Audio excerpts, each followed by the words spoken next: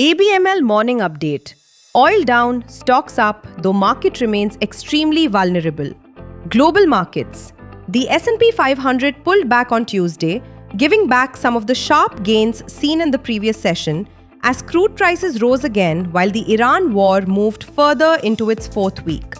The broad market index lost 0.37% and ended at 6,556.37, while the Dow Jones Industrial Average shed 84.41 points or 0.18% and settled at 46,124.06. The Nasdaq Composite dropped 0.84% and closed at 21,761.89. President Donald Trump on Tuesday said that the US is in negotiations right now with Iran, adding that the other side, I can tell you, they'd like to make a deal.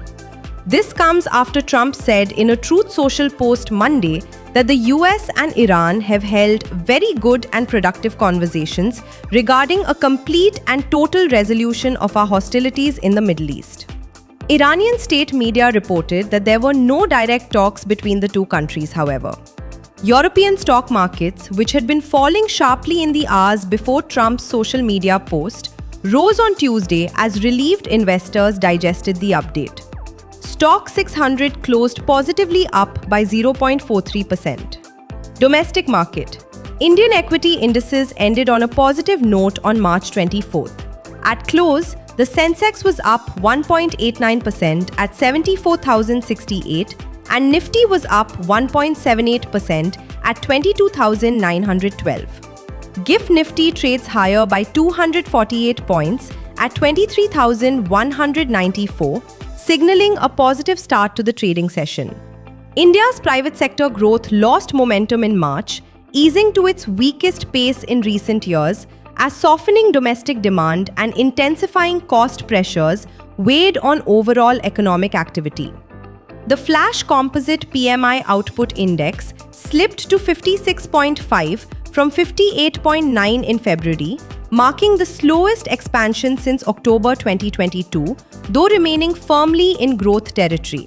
The deceleration was led by manufacturing, where the PMI fell to 53.8 from 56.9, reflecting heightened sensitivity to global uncertainties and rising input costs, while services activity also moderated, with the index easing to 57.2 from 58.1.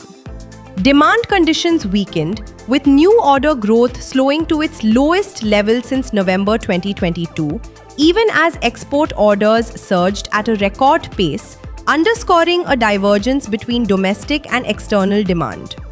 Meanwhile, input cost inflation accelerated to a near four-year high, driven by higher prices of energy, metals, and food, with firms absorbing part of the increase, leading to margin compression.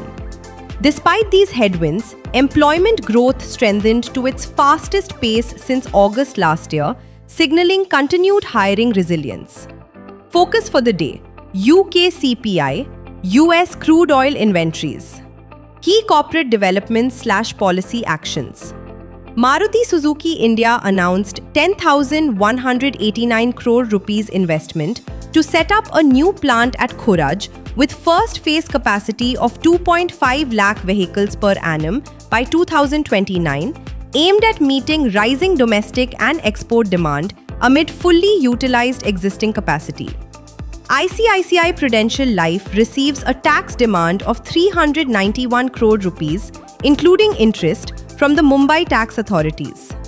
Meesho launched its Gen AI-powered voice shopping assistant Vani, witnessing early traction with over 1.5 million users and 22% higher conversion rate by enabling conversational discovery and reducing friction in the purchase journey.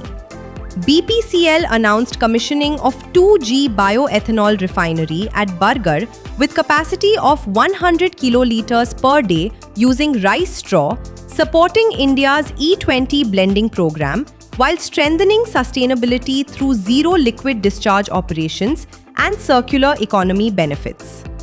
Infosys announced extension of its strategic collaboration with the University of Nottingham to modernize its student management system using Infosys Cobalt and Topaz, building on earlier transformation that reduced incidents by 70% and costs by 35% while enhancing performance and digital experience across global campuses.